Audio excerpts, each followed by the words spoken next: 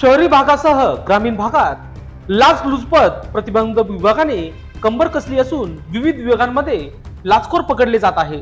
गेल्या काही दिवसात कळवण प्रकल्प कार्यालयातील सहाय्यक प्रकल्प अधिकाऱ्याला एसीपीने रंगे हात पकडल्याची घटना ताजी असतानाच कळवण तालुक्यातील कानाशी येथे दिनांक 11 मार्च रोजी महिला बचत गटाचे हप्ते वसूल करणारे कर्मचारी देवीदास चव्हाण यांना महिलांकडून लाच घेताना लाचलुचपत प्रतिबंधक विभागाच्या अधिकारी कर्मचाऱ्यांनी रंगे हात पकडल्याची प्राथमिक माहिती समोर येत आहे।